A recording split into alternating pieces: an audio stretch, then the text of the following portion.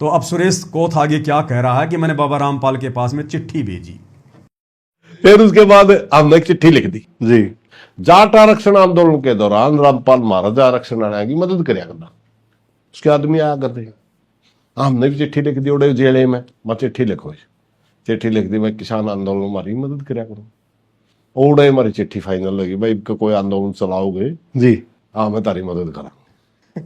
सुरेश कोथ जी क्या कह रहे हैं कि मैंने संत रामपाल जी के पास हिसार जेल में चिट्ठी लिखकर भेजी कि आपने जाट आरक्षण में जाटों की मदद की थी, हमने आपके आदमी देखे थे वहां पर, घूम रहे थे, फिर रहे थे वहां पर। अब की बार आप किसान आंदोलन में भी हमारी मदद करो। और सुरेश कोथ कह रहा कि उसी समय बाबा रामपाल ने, ये तो सीधा नाम ठोक रहा है रामपाल रामपाल, क्योंकि भाई और बहनों सीधी सी बात है, मतलब के बिना कोई नहीं प्यारा। इनका काम निकल गया, अब बाबा रामपाल जाओ बाढ़ में, कोई इज्जत नहीं। अरे लोग एक बिस्कुट के पैकेट को आगे भी जी लगाते हैं, पार्ले जी, और यहां तो पूर्ण संत है, परम संत है जिसने इनकी मदद की, उसके नाम के आगे आज ये जी भी नहीं लगा रहा। आज उनकी हंसी उड़ा रहा है कि देखो बाबा रामपाल जो है कितना मूर्ख था, मेरे एक चिट्ठी लिखने से उन्होंने कह दिया कि ठीक है अब की बार तेरा भी समर्थन कर देंगे। अब देखो ये मजाक उड़ा रहे हैं। तो ये है दुनिया वाले, काल का स्वार्थ निकल गया, उसके बाद वो कुछ नहीं समझता फिर किसी को, क्योंकि ये काल व्यवस्था है। जब काल ने परमात्मा से वचन भरवाए, उसके बाद में खिलखिलाकर हंसने लगा ना कि जाओ जोग जीत संसारा, जीवन माना कहा तुम्हारा। तो बाबा रामपाल जी ने हिसार जेल से इसके अनुसार, दास नहीं कह रहा, दास समर्थन नहीं कर रहा, मैं इसकी बातों पे क्यों यकीन करूं? ये क्या लगता है मेरा, मैं ना जानता ना पहचानता, ना ये कोई भगत समाज से है, मैं क्यों विश्वास करूं इसकी बात पर कि इसने बाबा रामपाल को चिट्ठी लिखी होगी और बाबा रामपाल ने कह दिया होगा ठीक है जी अब की बार आपकी मदद करेंगे हम किसान आंदोलन में। इसकी बात को मैं क्यों महत्व दूं? और मूर्ख हैं वो भगत जो इस वीडियो को आधार बनाकर और काल की गोद में जाके बैठ रहे हैं कि हां गुरुजी ने आदेश दिया था। ये देखो सुरेश कोथ का वीडियो, ये सुरेश कोथ का वीडियो तुम्हारे लिए जो है ये सबूत हो गया, ये तुम्हारे लिए पक्का हो गया। और गुरुजी ने जो सत्संगों में आदेश दे रखे हैं उनके ऊपर कोई विचार नहीं है। इसको कहते हैं गुरु को तजे भजे जो आना, तापसवा को फोकट ज्ञाना। इसकी बात को आधार बना के तो दृढ़ हो रहे हैं। और गुरु ने इतने सत्संग कर दिए रे, ये गंदी व्यवस्था है, काल व्यवस्था है। अभी आपने राजनीति को लेकर गुरुजी का सत्संग सुना, गुरुजी के सत्संगों में और आपने कितने विचार सुने। गुरुजी ने कभी कहा कि हम भक्तों ने ऐसा कोई समर्थन करना है? दुनिया से थी दोस्ती पड़े भजन में भंग, इस एक लाइन में गुरुजी ने मना कर दिया कि हमें दुनिया से कोई लेना देना नहीं है, किसी आरक्षण से, किसी धरने से हमें कोई लेना देना नहीं है। तो इसकी बात पर जो भगत यकीन कर रहे हैं इस वीडियो पर, वो सबसे बड़े मंदबुद्धि, सबसे बड़े मूर्ख काल ऐसे ठगेगा त्रिकुटी पर। जब यही ठग रहा तुम्हें, तुम्हारा गुरु तो मना कर रहा है और ये व्यक्ति कह रहा है कि मेरे को बाबा रामपाल जी ने हां कर दी कि ठीक अब की बार आपकी भी हम मदद करेंगे, इसकी बात को हम सत्य मान रहे हैं। यही है कि तत्व ज्ञान है? ऐसे तो कोई भी ऐरा गहरा नथु बहरा हमारे को भ्रमित कर देगा दिन में 20 बार। हम त्रिकुटी पर जाएंगे, काल ऐसे ही किसी नेता का रूप बना के आ जाएगा और ऐसा ही कोई इंटरव्यू दे देगा, तुम तो मान लोगे उसकी बात में कि हां भाई बिल्कुल सही कह रहा है। यही भक्ति है क्या? इस इंटरव्यू को आधार बना लिया और गुरुजी के लंबे लंबे सत्संग जो तुम 20 साल से सुन रहे हो उनको आधार नहीं बना रहे तुम, भक्ति सफल होगी तुम्हारी? अब भाई और बहनों इसका भी हम निर्णय करेंगे ज्ञान आधार से। चलो एक समय के लिए हम मान लेते हैं कि इस सुरेश कोथ ने संत रामपाल जी के पास अपनी चिट्ठी भेजी और वे संत रामपाल जी तो परम पिता हैं, वो तो सबके पिता हैं, राक्षसों के भी पिता हैं, दानवों के पिता हैं, मानवों के पिता हैं, देवताओं के पिता हैं। वे तो सबके बाप हैं, सबके पिता हैं, उनको सबकी चिंता, सबकी फिक्र है। आज कोई चोर है, कोई कसाई है, कोई लुटेरा है, कोई डकैत है, वो भी अगर मौज मस्ती अगर वो कर रहा है तो इसी सतगुरु के आशीर्वाद से कर रहा है, क्योंकि भक्ति है उसके पास में। और भक्ति किसी न किसी जन्म में कलयुग की पिछली पीढ़ी में इसी भगवान की शरण में रह के की है। तो इसी भगवान की भक्ति से, आशीर्वाद से आज वो सारे उल्टे काम कर रहे हैं ना। वो तो सबका बाप है। वो चाहे जाट आरक्षण का किसी को चाहे मदद का आश्वासन दे, चाहे किसान आंदोलन में मदद का आश्वासन दे, उसके ऊपर कोई नियम मर्यादा लागू नहीं है, उसके ऊपर कोई जो है वो कर्म लागू नहीं है। सतगुरु कुछ भी कर सकता है, कोई कर्म लागू नहीं है सतगुरु पे।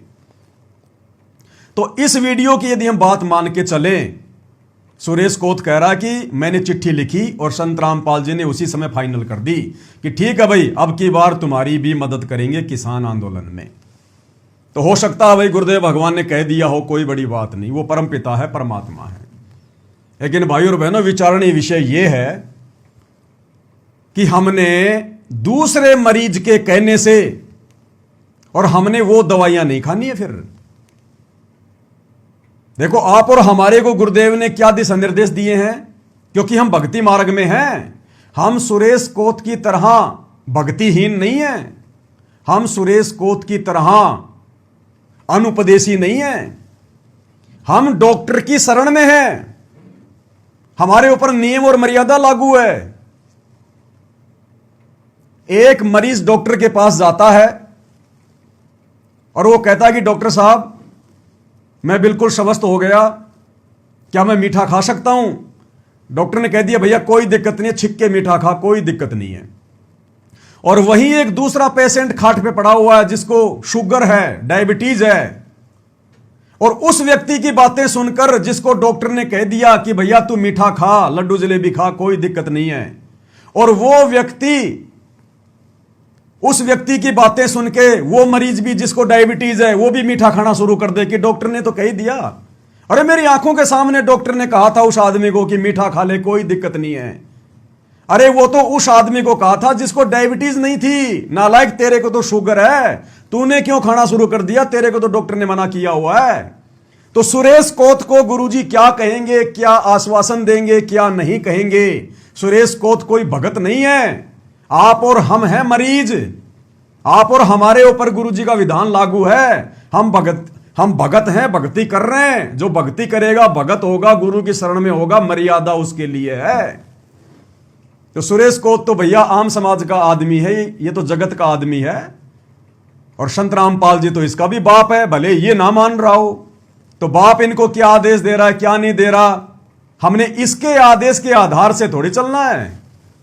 और हम क्यों यकीन करें इसकी बात का, गुरुजी ने इसको क्या कहा, क्या नहीं कहा। कल को ऐसा कोई भी व्यक्ति आके इंटरव्यू दे देगा कि बाबा रामपाल से मैंने कहा कि बाबा शराब पी लूं, बाबा ने कहा बेटा पी ले। अब उस इंटरव्यू को देख करके हम भगत भी शराब पीने लग जाएं कि गुरुजी ने तो सुरेश कोत को कह दिया। देखो, सुरेश कोत अपने इंटरव्यू में कह रहा है कि मैंने बाबा रामपाल को चिट्ठी लिखी, बाबा रामपाल ने मुझसे कहा कि तुम भी शराब पी लो, कोई दिक्कत नहीं है। तो क्या हम भगत इस प्रकार के इंटरव्यू को आधार बना के, इस प्रकार के वीडियो को आधार बना के क्या शराब पीने लग जाएंगे? क्या गंदी राजनीति का हिस्सा बनेंगे? क्या जगत के लोगों के साथ में उनके धरनों पर, उनके आंदोलनों में उठना बैठना शुरू करेंगे? क्या किसको आदेश दिया गया? अविचारणीय विषय क्या है? हिसार जेल में आमने सामने डायरेक्ट चिट्ठी लिखकर किसने आदेश लिया संत रामपाल जी से? सुरेश कोत ने। और संत रामपाल जी ने किसको दिया आदेश? सुरेश कोत को। हम भक्तों को तो कोई आदेश नहीं दिया ना गुरुजी ने। और ना हम भगत भाई बहन हिसार जेल में गए कि गुरुजी हमने उनका सहयोग करना है कि नहीं करना है। और क्यों पूछेंगे हम भगत भाई बहन अपने गुरु से जाकर? हम मूर्ख हैं क्या? हम गधे हैं क्या? गुरु ने सत्संगों में कह दिया कि बच्चों आपने गेम नहीं खेलना, और हम गुरुजी से जेल में जाके पूछे गुरुजी मैं क्रिकेट खेल सकता हूं क्या? तो गधे, तूने क्या सत्संग सुने? तू गुरु की विचारधारा से, सत्संगों से कहां परिचित है? क्यों ये सवाल कर रहा तू? तो सुरेश कोत ने डायरेक्ट हिसार जेल में जाकर संत रामपाल जी से आज्ञा ली। संत रामपाल जी ने इसको आज्ञा दे दी। अब यह मैटर सतगुरु रामपाल जी का और इसके बीच का है, हम भक्तों से क्या लेना देना भैया?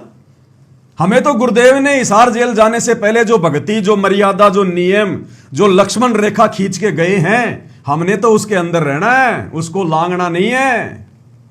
इन वीडियो को आधार नहीं बनाया जा सकता। जब ये दास हिसार जेल में था तो उस जेल में मेरे पास में एक ऐसा व्यक्ति आया जिसका जिक्र मैंने बहुत समय पहले, जब मैं हिसार जेल से आया था जमानत पर, मैंने आप लोगों से भी उसका जिक्र किया था। तो एक ऐसा व्यक्ति था जो कि हिसार जेल नंबर 2 में, यानी जिस जेल में हमारे गुरुदेव भगवान है, बोस्टल जेल में, उस जेल में था वो पहले। फिर वो आ गया हमारी वाली जेल में, फिर वो मेरे पास में आने लग गया, बातचीत होने लग गई, उसको पता चल गया कि ये बाबा रामपाल का भगत है। फिर उसने मुझे बहुत सारी बातें बताई जो मैंने आपके साथ में शेयर की थी। तो उसने क्या कहा था कि एक समय हिसार जेल में, क्योंकि जब दिन में 1-2 घंटे की हम लोगों को जो मतलब की छुट्टी मिलती थी बाहर जो है घूमने फिरने के लिए, तो बाकी जो व्यक्ति होते थे जो जेल में होते थे वो लोग जो है मतलब वॉलीबॉल खेला करते थे, वॉलीबॉल खेला करते थे। तो मैं भी घूमने के लिए ऐसा बाहर जो है निकल जाया करता था, लेकिन मैं वॉलीबॉल वहां पर देखा नहीं करता था। खेलना तो खैर बहुत दूर की बात है, मैं वहां पर जो है वहां पर खड़े होकर दूसरे लोगों के साथ में उन खेलते हुए लोगों को भी नहीं देखा करता था। तो मेरा एक साथी था जो मेरे साथ में रहता था उसी वार्ड में, वो बोला यार देखने में क्या जाता है, देखने में क्या दिक्कत है। मैंने कहा नहीं भाई, मैं क्या करूंगा देख के, मुझे क्या मिलेगा इनको देख के बता, मैं अपना क्यों समय बर्बाद करूं, मैं अपना घूमता फिरता अपने मंत्र जाप करूंगा ना। तो उस व्यक्ति ने कहा कि जब मैं तुम्हारे गुरुजी के साथ में जेल नंबर 2 में था तो एक समय वहां पर जो लड़के वॉलीबॉल खेल रहे थे उनकी वॉलीबॉल फट गई और उन्होंने बाबा रामपाल जी के और उन्होंने बाबा रामपाल जी के पास में अपनी प्रार्थना भिजवाई कि बाबा हमारे को वॉलीबॉल की व्यवस्था करवाओ। तो बाबा रामपाल ने उसी समय आदेश दे दिया कि भैया इनके लिए नई वॉलीबॉल लाके दे दो इनको। और बोला यार तू वॉलीबॉल भी नहीं खेलता, तुम्हारे गुरुजी तो जेल में वॉलीबॉल भी दे रहे हैं उन लोगों को। तो मैंने कहा भैया मेरे गुरु ने मुझे अपने नियम और मर्यादाओं में बताया कि बच्चों आपने तो मोबाइल में वीडियो गेम भी नहीं खेलना, आपने कोई मैच नहीं देखना, खेलना तो बहुत दूर की बात है, आपने मैच देखना भी नहीं है टीवी में मोबाइल में। तो मैच चाहे टीवी में देखो, चाहे मोबाइल में देखो, चाहे जेल में खड़े होकर देखो, देखना तो देखना है।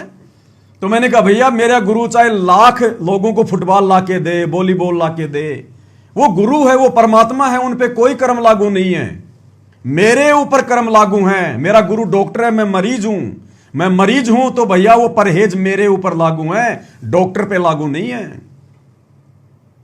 तो भाई और बहनों हिसार जेल में तो गुरुजी ने उन कैदियों को वॉलीबॉल भी लाके दी, और आप और हम भक्तों को गुरुजी सत्संगों में कह रहे हैं कि बच्चों तुमने वॉलीबॉल खेलनी भी नहीं है, कोई खेल रहा है तुमने वहां बैठना भी नहीं है, मोबाइल में तुमने वीडियो गेम भी नहीं खेलने। अब बताओ, एक तरफ तो गुरु हिसार जेल में लोगों को वॉलीबॉल लाके दे रहा है और अपने भक्तों को गुरुजी मना कर रहा है क्योंकि वो जगत वाले हैं और हम भगत हैं। इसी प्रकार सुरेश कोत को जो गुरुजी कह रहे हैं कि ठीक है किसान आंदोलन में तेरी मदद करेंगे, वो जगत वाले को कह रहे हैं, भक्तिहीन प्राणी को कह रहे हैं। लेकिन हम भगत हैं, हम मरीज हैं, हमारे ऊपर नियम लागू हैं। दुनिया से ती दोस्ती पड़े भजन में भंग, ये किसका नियम है, किसका आदेश है? हमारे गुरु का आदेश है। हमने इस आदेश पे चलना पड़ेगा, ना कि इस प्रकार के लोगों के ये हंसी मजाक उड़ाते हुए इंटरव्यू को देखकर हम लोग ये मान लें कि हमारे गुरुजी ने जाट आंदोलन का समर्थन कर दिया, हमारे गुरुजी ने फलाने आंदोलन का समर्थन कर दिया। ये ज्ञान आधार नहीं है, ये परीक्षा चल रही है, ये हम भक्तों की ये परीक्षा का हिस्सा है। क्योंकि आज इसके ऊपर वीडियो बन रहा है ना, तो ये वीडियो भी इस व्यक्ति का जेल में जाना, गुरुजी से मिलना, ये बातें करना हम भक्तों की परीक्षा का एक हिस्सा है।